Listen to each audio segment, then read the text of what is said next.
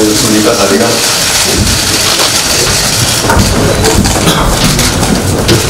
자, 그러면 제69차 최고위원회를 시작하겠습니다. 먼저 제가 몇 가지 말씀드리겠습니다.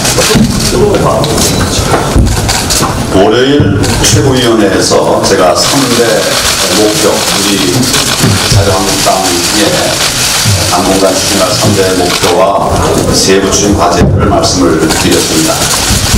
그 추진 과제 가운데 하나인 미세먼지 특위를 어제 출범시켰습니다.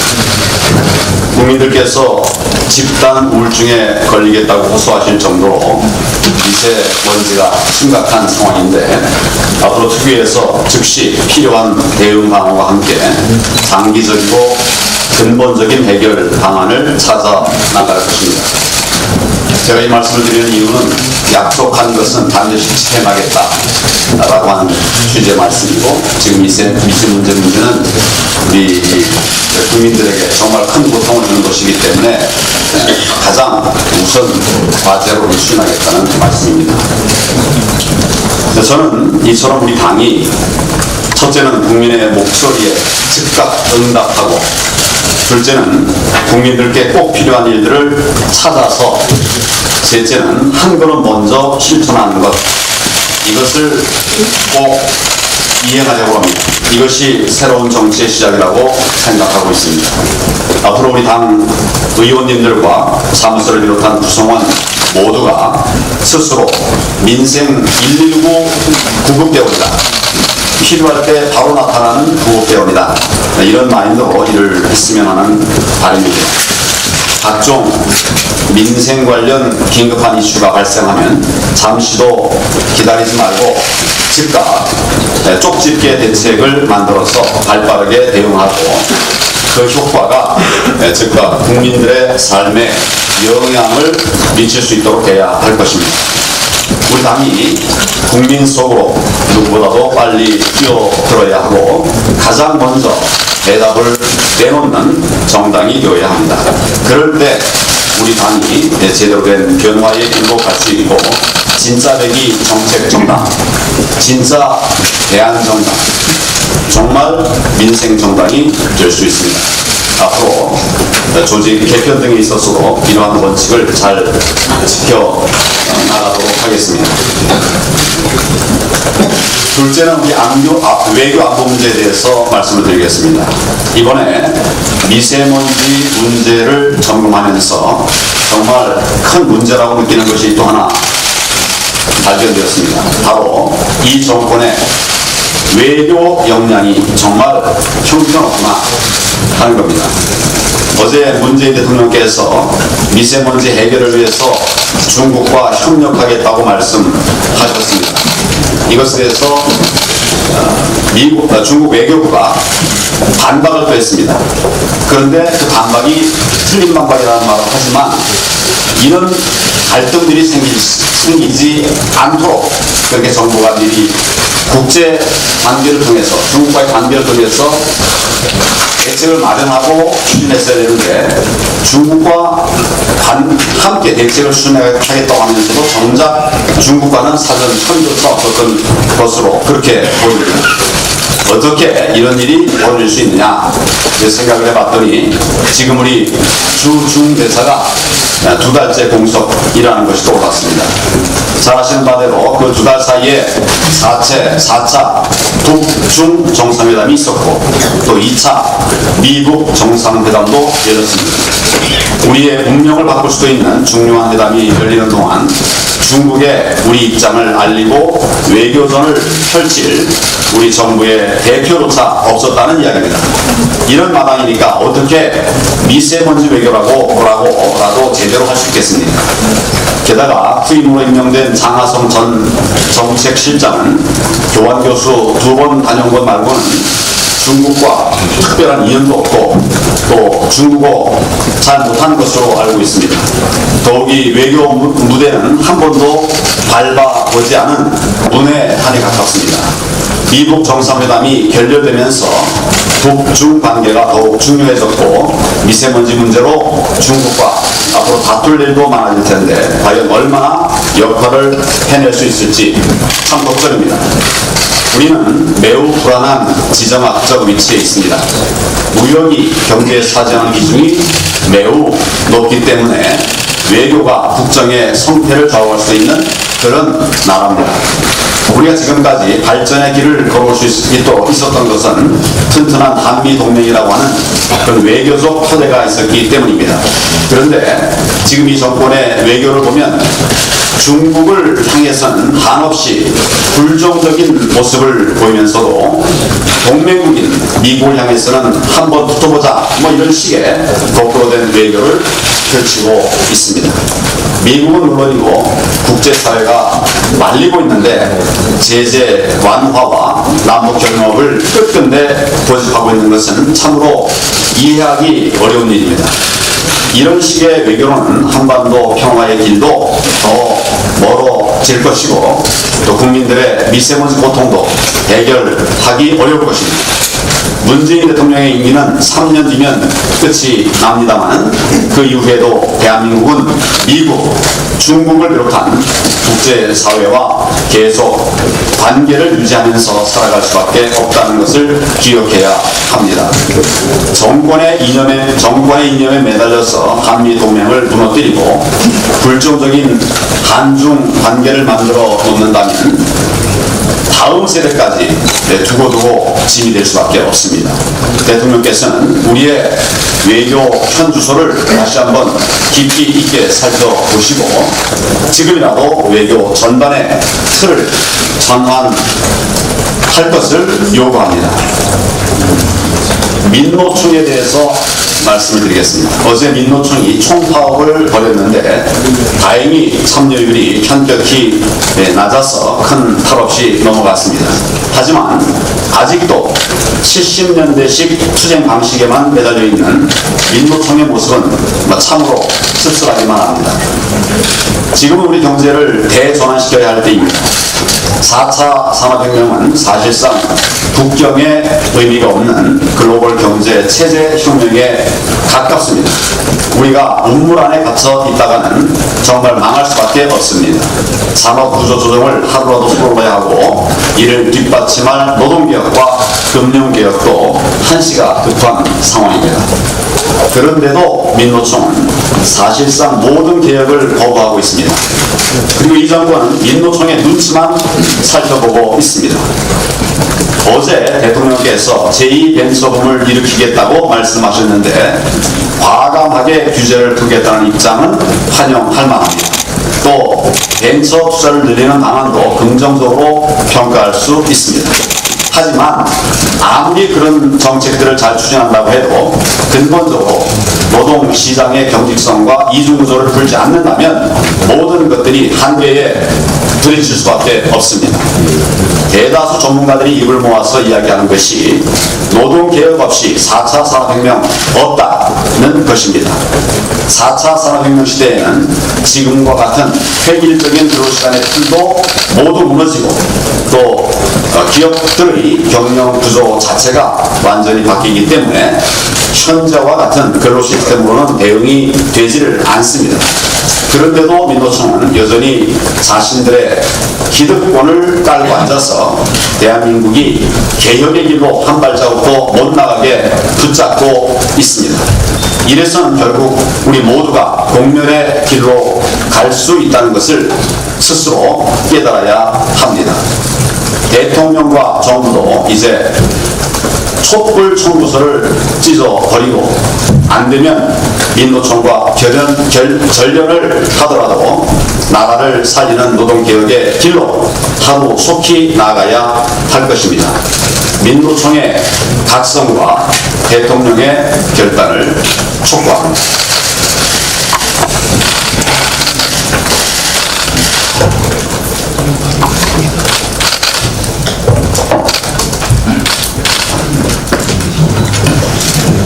정말 외교가 중요한 게 장하성 주중대사 내정자의 한마디에 덧붙이는 이 중국은 탁술대회장이 아닙니다. 외교대회장입니다. 여기에 부안교수했다는 것, 중국 관련된 서적 하나 썼다는 것으로 주중대사를 임명하는 것은 정말 어이가 없는 일입니다.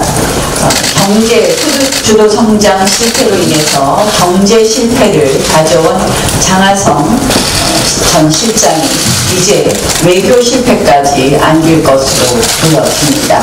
이 부분에 대한 제고를 다시 한번 촉구합니다. 한미연합 3대 훈련 폐지 등에 대해서 말씀드리겠습니다. 지금 미국과 북한 사이에서 우리의 안보는 한마디로 날로 허약해지고 있습니다. 북한만 바라보다 한미동맹 동력도 잃고 국민 불안감만 커지고 있습니다. 한미연합 3대 군사훈련 중 마지막 보루였던 을지 프리덤 가디언 훈련은 43년 만에 폐지됩니다.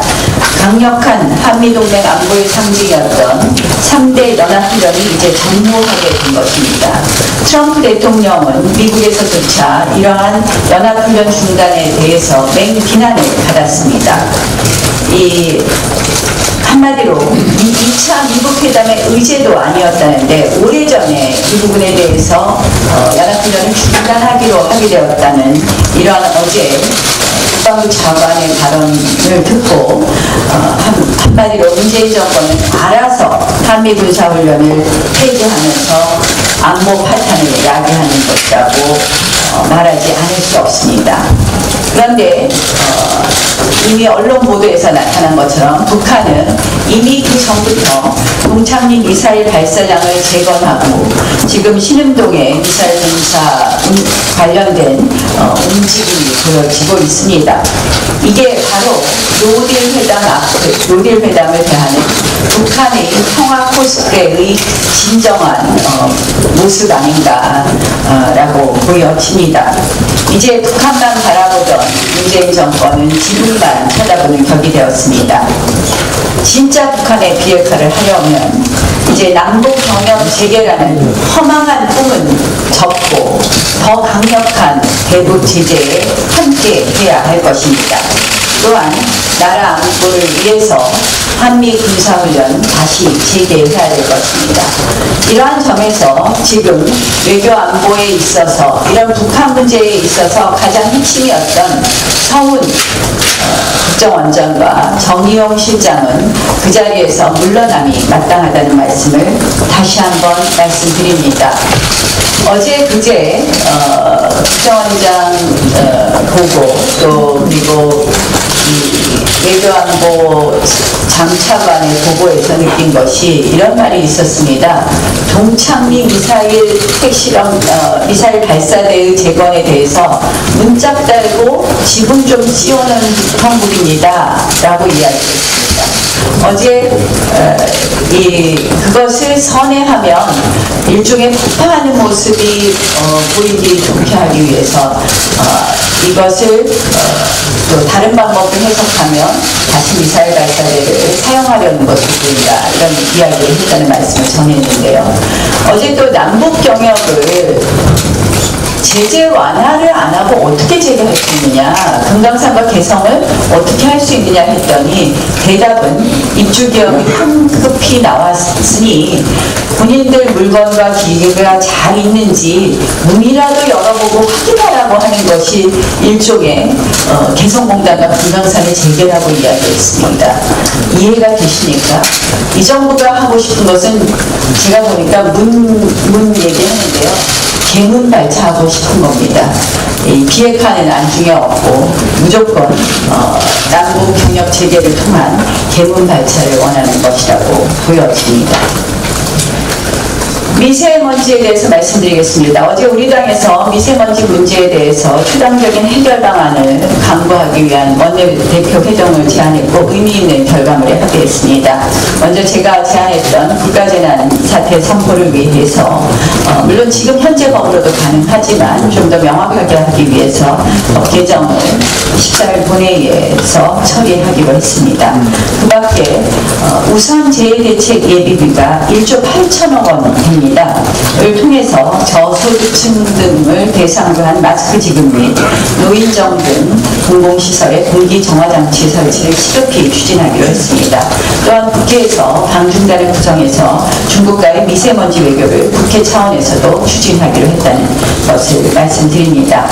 먼저 첫째, 이러한 국민건강 안전을 지키기 위해서 이러한 모든 예산이 부수되는 사업들을 재해대책 예비비 등에서 우선적으로 조속한 집행을 촉구합니다. 또한 교육재정 교부금 등을 활용해서 초중 고등학교 공기정화기를 설치를 조속히 추진해 줄 것을 또한 촉구합니다. 우리 당의 지금 입장은 선 예비비 집행을 통한 긴급 지원 후 부족한 부분에 한해서 추경 검토라는 원칙이 당의 입장입니다. 이를 또 원내대표 회동에서도 공유했습니다. 따라서 추경의 편성권은 물론 정부의 권한이나 미세먼지 문제가 추경으로 해결될 부분은 아닙니다. 중장기적 대책이라든지 국제사회 외교적 노력과 아울러 근본 원인을 과학적으로 분석하는 것이 또한 급선무라고 생각을 합니다. 그래서 추경에 대해서는 우리 당은 기본적으로는 예비비로 먼저 하라는 입장이라는 말씀을 다시 한번 말씀드립니다. 우리가 어제 추상적인 합의를 했지만 이것이 정부에 대한 책임을 면해주는 것이 아닙니다. 정부는 한마디로 그동안 공약을 지키기 위해서 어떤 노력도 하지 않은 부분에 대해서 이제 이 정부의 책임에 대해서 사과를 하는 것이 먼저라고 생각을 합니다.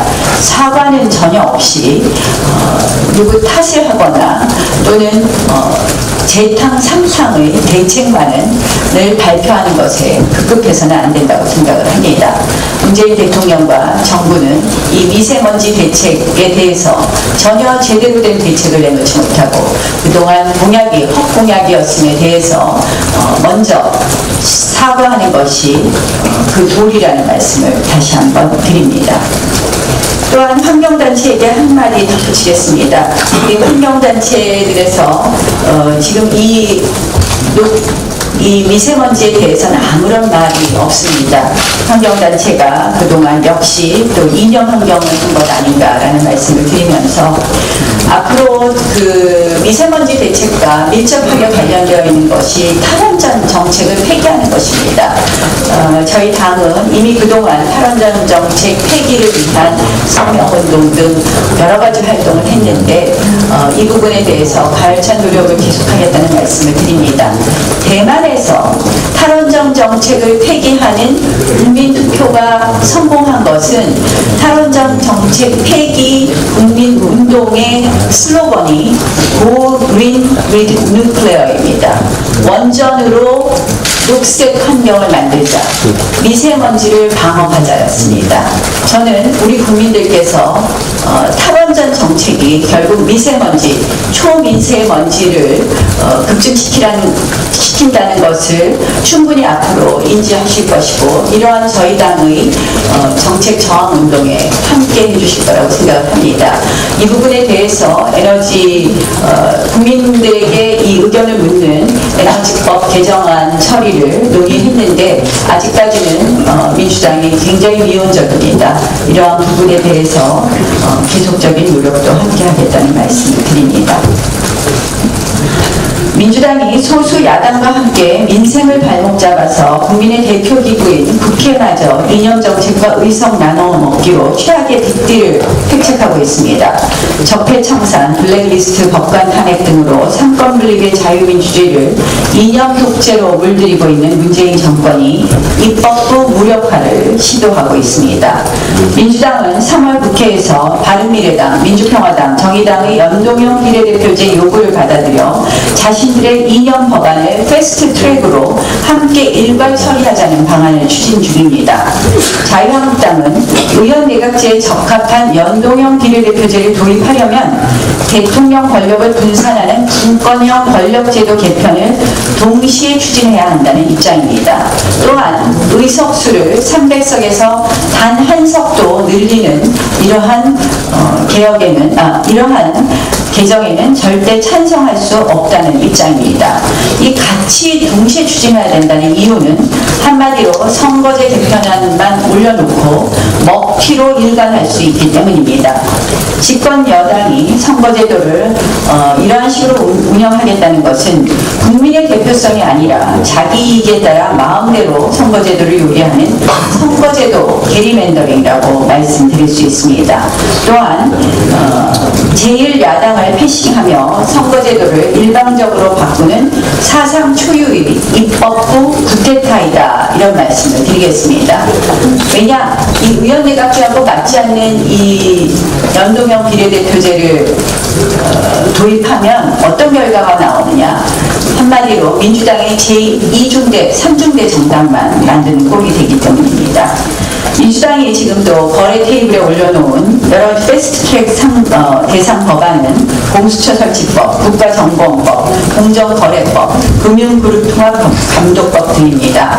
이러한 것은 한마디로 이념경제 개혁법안이고 이념정치 개혁법안입니다. 민주당이 지금 이 선거제 개혁에 대해서 이 패스트트랙을 태워서 하는 부분에 있어서 정말 선거제 개혁을 하려는가 하는 부분에도 또 의심이 되는 부분이 있습니다. 지역구 의석수를 30석 정도 줄이는 지금 법안을 내놨는데요. 한마디로 본인들이 하고 싶은 법안들 패스트트랙으로 올려놓고 이 선거제 법안은 나중에 또 야삼당 하는 거 보고 그때 가서 정치 지원 보고 또 바꾸려는 것 아닌가 하는 그런 꼼수도 엿보일 수 있는 부분입니다. 다시 한번 민주당에게 경고하겠습니다. 이렇게 삼권 분립의 헌정 질서를 파괴하려는 시도는 민주당의 존재마저 부정하는 부메랑으로 돌아올 수 있다는 점을 분명히 밝혀둡니다. 사법부 장악 시도는 사법부로부터의 철폐가 조만간 시작될 것이고, 입법부 장악 시도는 내년 총선에서 참패라는 그런 국민 심판이 기다릴 것입니다.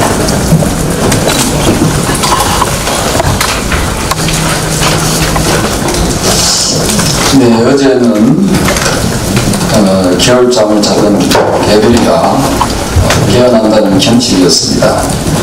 저 이상 주의가 풀리고 새 생명이 돋아나야 할 시기입니다만, 지금 대한민국에서 깨어난 개구리들은 미세먼지 때문에 숨도 제대로 못 쉬고 곧바로 죽게 생겼습니다. 한반도를 뒤엎은 미세먼지 대지양이 계속되면서 수도권에서는 오늘까지 7일 연속 미세먼지 비상재난 조치가 내려졌습니다. 질병관리본부에 의하면 2015년 기준 초미세먼지로 인해서 11,924명이 사망한 걸로 추정한 바가 있습니다. 그런데 어제 루칸 중국 대변인이 이런 표현을 했습니다. 한국의 미세먼지가 중국에서 온 것인지에 대해 충분한 근거가 있는지 모르겠다라는 그런 주장을 했는데요. 그 충분한 근거를 제가 지금부터 말하도록 말씀드리도록 하겠습니다. 지금 우리나라 국민들은 이 정부의 이 무능함으로 인해서 정부를 더 이상 신뢰하지 않습니다. 따라서 국민들 스스로가 지금 미세먼지 박사가 되었습니다. 미세먼지를 걱정하는 국민들은 우리나라의 일기예보의 확인을 넘어서서 해외의 위성 사이트를 검색하고 거기에 정보를 공유하고 있습니다. 요즘 참으로 인기 있는 어서널 스쿨이라는 그 사이트입니다.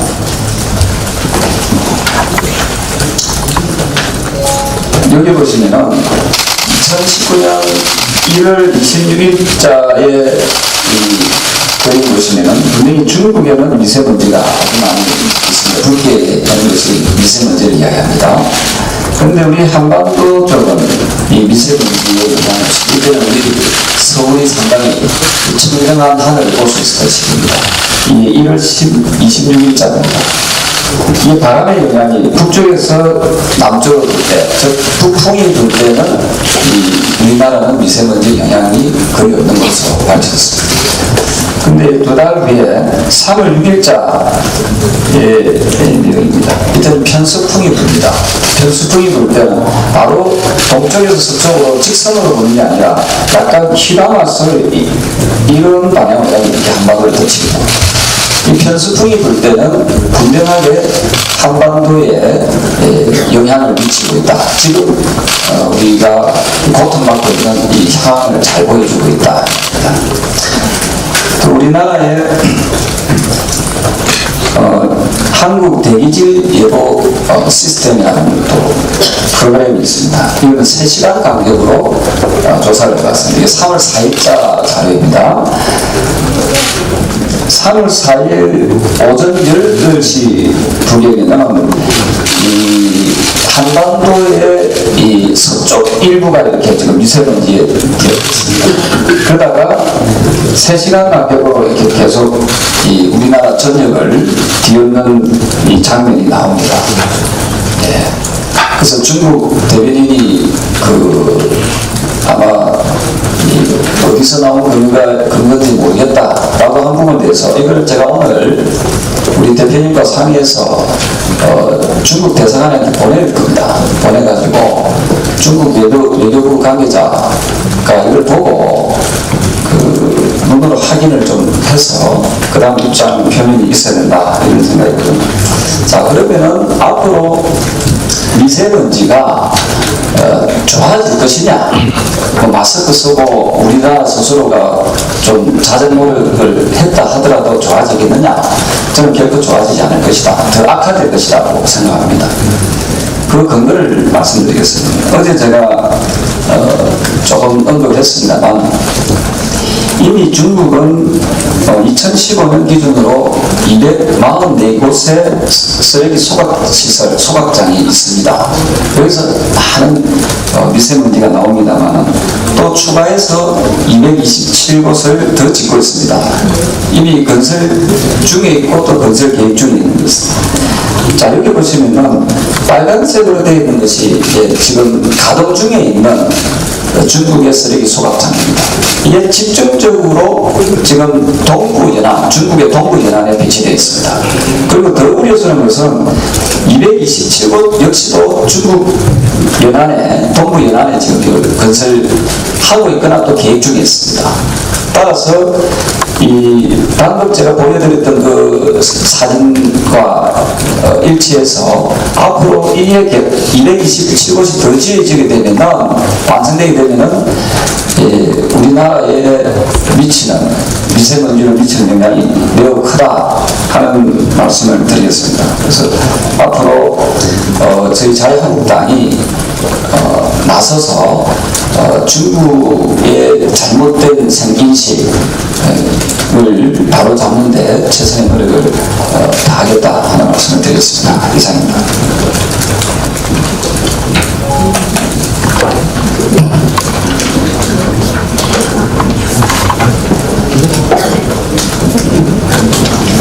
중복되지 않는 범위에서 말씀을 좀 드리려고 합니다. 저는 사실 제가 검사를 했었기 때문에 요즘에 이 성창호 판사에 대한 검찰의 기소를 보고 평소에도 잠을 잘 못 자고 있지만 더더욱 잠을 잘 수가 없었고 고민 끝에 오늘은 좀 말씀을 드리려고 합니다. 과거에 원민 재판도 이렇게 안 했던 것 같고, 그럼 결국은 인민 재판을 하고 있다는 우리의 생각이, 제가 볼 때는 90%의 국민들은 다 동의하실 거라고, 마음속으로 동의하실 거라고 생각을 해요. 임종원 법원행정처 판사에 대한 그 공소장을 보면 성창호 판사는 직권남용의 피해자로 되어 있어요. 그런데 이게 몇 개월 만에 갑자기 공무상 기밀 누설죄래요. 그것도 공무상 기밀 누설죄의 공범 입증이 안 되니까 말을 교묘하게 적극 가담했대요. 결과적으로 뭐냐면 기소 자체로 무죄입니다. 기소 자체로 무죄. 제가 쉽게 설명을 해드리면, 여기 언론인 여러분들 많이 계시죠? 여러분 정보 보고 하시죠? 여러분이 만약에 공직자라면 여러분은 전부 공무상 기밀 누설죄로 처벌받아야 합니다. 지금 그런 논리거든요. 그러면 성창호 판사를 왜 기소했을까요?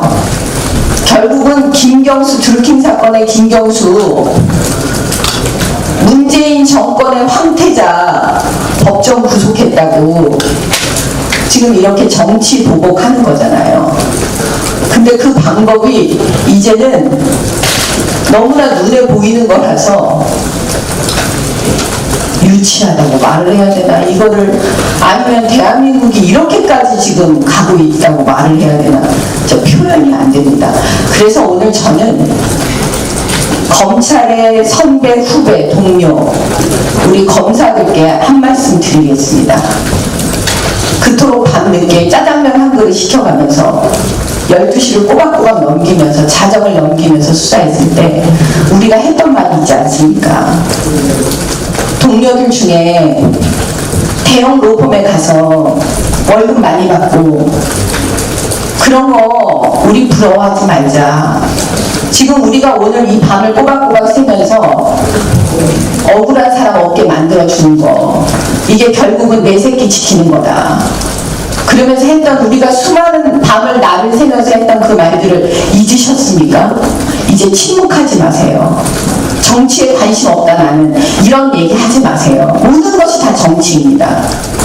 이제는 나서서 말씀해 주세요. 목소리를 내주세요. 용기를 내세요. 우리 국민들께서 그러면 검찰을 이분화시킬 겁니다. 앞장서서 앞잡이 노릇하는 검사와 국민 편에 서서 정의를 외치는 검사, 누구를 선택하겠습니까? 호소드립니다. 두 번째는, 여러분, 저는 어제 미세먼지에 대해서 말씀드렸는데 오늘은 딱 한 말씀만 드리려고 합니다. 2017년 4월 13일 문재인 후보는 지금 현재 문재인 대통령에게 이렇게 말했습니다. 내 삶을 바꾸는 정권 교체, 미세먼지 대책 발표문, 시간 2017년 4월 13일 13시 20분, 장소 중앙당사 2층, 미세먼지 잡겠습니다. 푸른 대한민국 만들겠습니다. 대한민국의 하늘이 흐리면 아이를 둔 부모의 마음은 타들어갑니다. 할 수만 있다면 아이 대신 미세먼지를 다 마시고 싶은 심정입니다. 학교 가는 아이에게 할 수 있는 일이란 마스크를 씌워주는 것밖에 없습니다. 미세먼지로 인해 아이와 부모의 아침은 슬픕니다. 저는 지난 3월 21일부터 대선 공약에 담을 정책 제안의 문자를 받고 있습니다. 오늘까지 6만 명이 넘는 국민들께서 해야 할 일을 보내주셨습니다. 그중 미세먼지 대책을 강력히 촉구하신 분이 10,000명 이상입니다. 국민들의 하루는 어느새 미세먼지 걱정으로 시작되고 있습니다.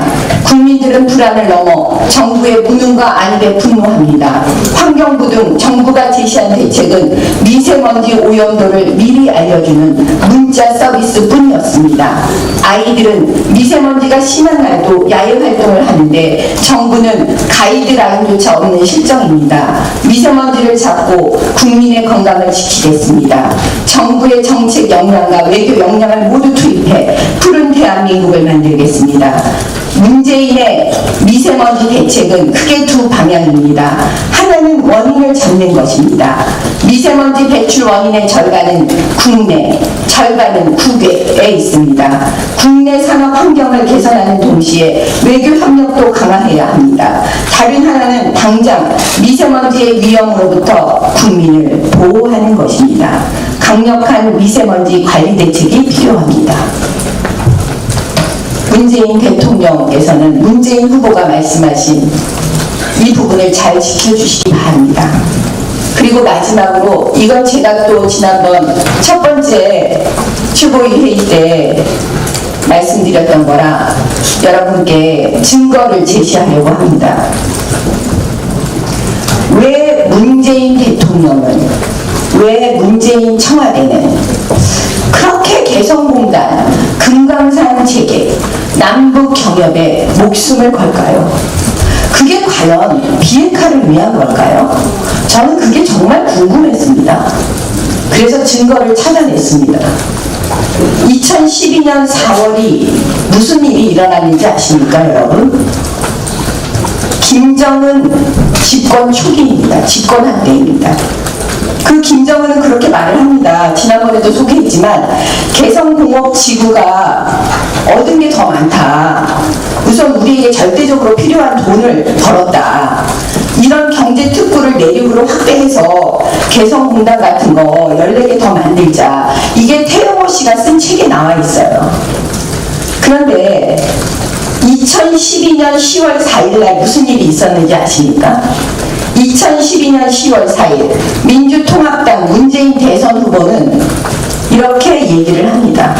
대통령이 되면 개성공단을 당초 목표대로 2천만 평 규모로 발전시키고 제2, 제3의 개성공단을 만들어 나가겠다. 공교롭게도 2012년 4월에 김정은이 집권하면서 집권 초기에 했던 얘기와 2012년 10월 4일 민주통합당 문재인 대선 후보는 같은 말을 하고 있습니다. 그 다음에 더 나가서 이렇게 얘기합니다. 이명박 정부 이래 연평도 천안함 사건이 남북관계 파탄위기 다했을 때 결정적 파탄을 막아준 게 개성공단. 어떤 정부가 들어서든 정부의 이념을 떠나서 발전시켜 나가야 하는 사업이라고 강조를 합니다. 그리고 2015년도에는 또 무슨 얘기를 하는지 아십니까? 북한과 경제 공동체를 이뤄 국민소득 5만 불을 달성하자. 이런 이야기를 합니다. 결국은 김정은이 원하는 걸 문재인 정부, 문재인 대통령께서 계속 함께하고 있다는 증거 아니겠습니까? 그래서 우리가 걱정하는 겁니다. 어떻게 보면 이번에 미국 정상회담이라고 하여튼 미국 협상 이게 결렬된 거 지금 세계에서 두 나라만이 잘 됐다고 협상이 잘 됐다고 하고 있습니다. 그 이유가 또 반증 아니겠습니까? 다 아니랬는데 남한의 대한민국의 문재인 대통령과 북쪽의 김정은만 이 협상이 잘 됐다고 하는데 김정은 존엄께서 하신 일이 잘못됐다고 북한에서 말할 수 있겠습니까? 이게 답입니다. 이상입니다.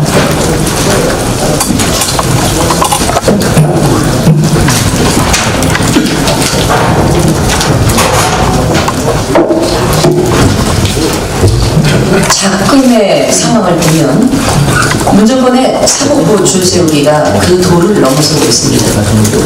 국민 여러분 참 심각합니다. 이는 그 상권 분립 정신에 대한 중대한 도전이면서 김정은 정권 못지않은 철권 통치의 시작이라고 생각이 됩니다. 문 정권의 검찰이 100여 명의 전 현직 판사 중에 기소자를 선별 중이라고 합니다. 현재까지 14명의 재판으로 넘겨졌고 66명의 징계 대상에 올라있다고 합니다. 그 중에 물론 김경수 지사를 구속한 판사도 포함이 되어 있습니다. 이는 문재인 정권이 사법부에게 보여주는 일종의 그 꼰대를 좀 보여주겠다는 일종의 본보기가 아닌가, 이런 생각마저도 듭니다. 누구라도 내 말을 듣지 않으면 언제든지 처벌할 수 있다는 것을 보여주는 것입니다.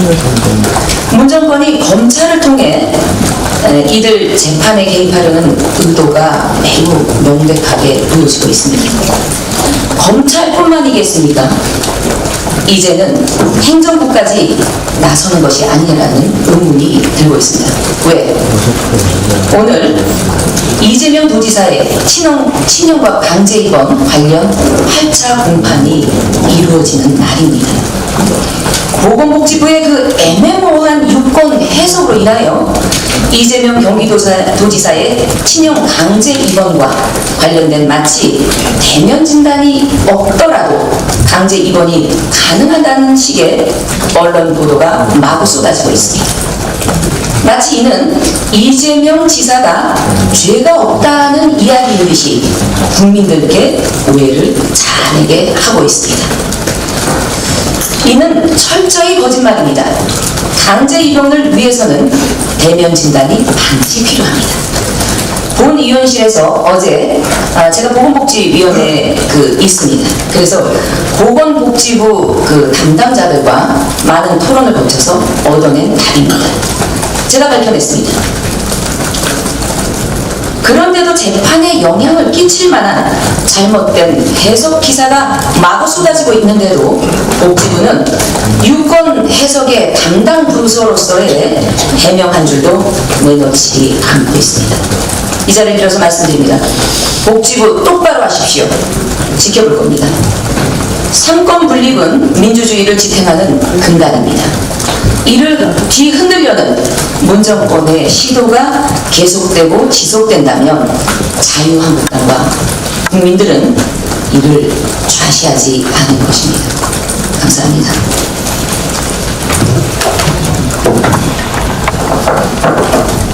예, 미세먼지 매우 나쁜 이상으로 매우 나쁜 것이 경제 상황입니다.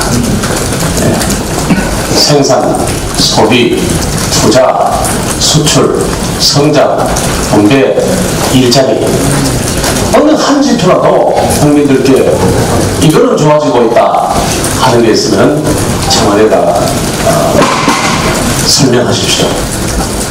청와대에 두 가지 묻고 한 가지 요청하는 것은 서면으로 여러분들께 말씀드리도록 하겠습니다.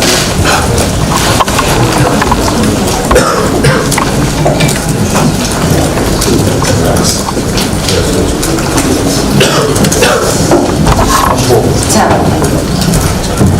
이건 워낙 많이 보셨을 겁니다. 그 미세먼지 공약 다시 보기가 연일 인기를 끌고 있는데요.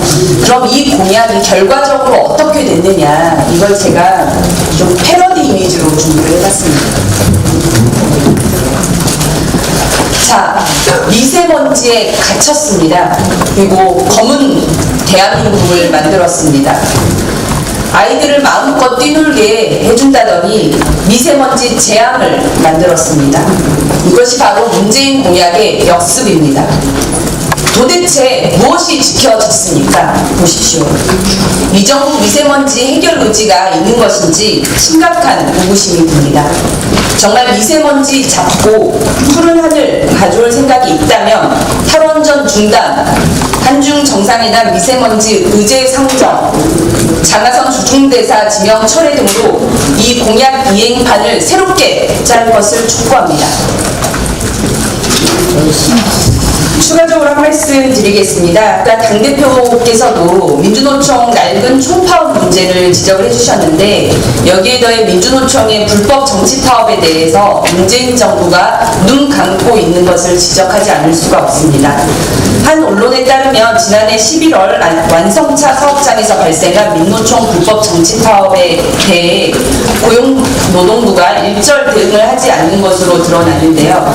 제가 더 확인을 해보니까 이 정치 불법 파업이 지난해 총 3건이 있었던 것으로 드러났습니다. 5월 28일에는 최저임금 관련 민주노총 총파업, 11월 21일에는 탄력근로제 개정 반대 총파업, 12월 6일 광주형 일자리 반대 파업, 이렇게 총 3건으로 지난해 총 6,800여 대의 완성차 생산 차질과 피해가 발생을 했습니다. 현행법에 따르면 노조가 합법적으로 파업을 하기 위해서는 근로조건 개선 목적이 분명해야 되고 중노위 조정 신청 그리고 조합원 찬반 투표 등을 거쳐야 되는데도 이런 절차를 전혀 밟지를 않았습니다. 그런데도 고용노동부는 대응은커녕 수수 방관하고 있습니다. 노조 눈치 보기가 아니라면 고용노동부는 반드시 불법 파업에 대해서 적절한 조치를 취해야 합니다. 그리고 이런 불법 정치 파업이 산업 현장에 막대한 피해를 주고 있음에도 불구하고 현행법의 미비로 이러한 처벌이 잘 이루어지지도 않고 있는 현실입니다. 그래서 저도 처벌 신설 조항을 바로 마련을 하고 있는 상황입니다. 이를 우리 당 차원에서도 적극적으로 검토해 주시길 부탁드립니다. 이상입니다.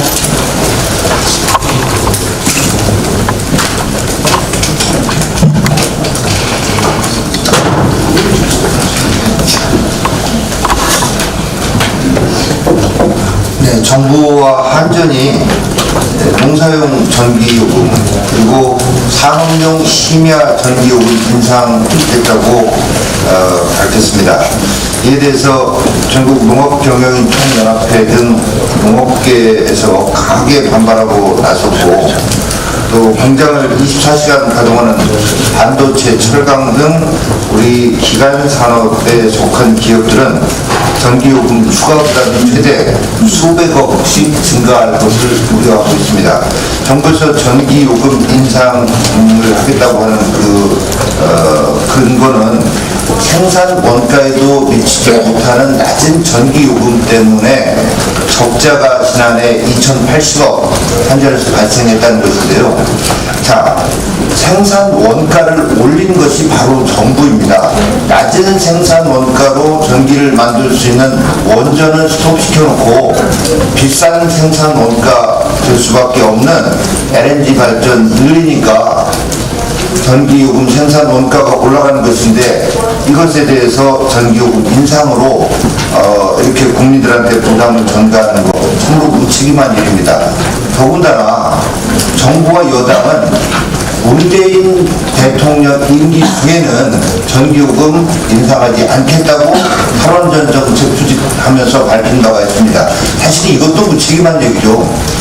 임기 끝나고 나서 다음 정권 때는 나는 모르겠다라는 무책임한 얘기였습니다만 이마저도 지키지 못하고 임기 중에 전기요금 인상하게 되는 거 어찌 보면 처음부터 예정됐던 것이라고 봅니다.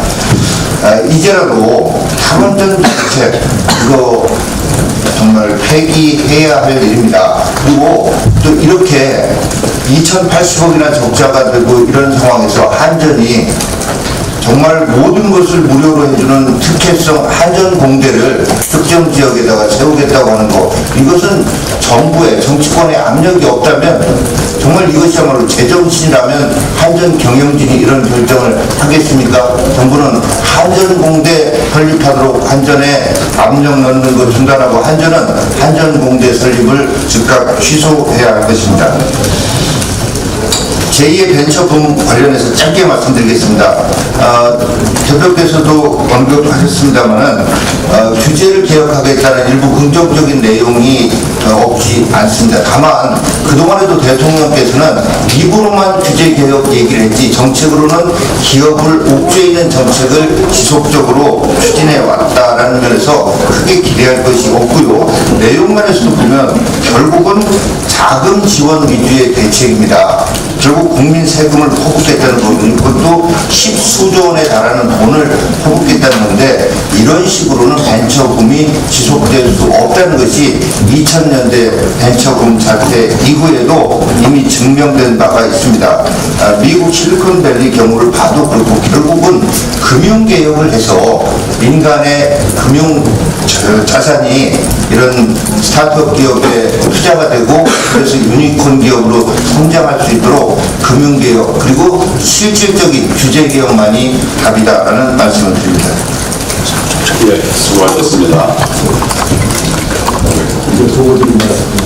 비공개로 공개로 그러시죠.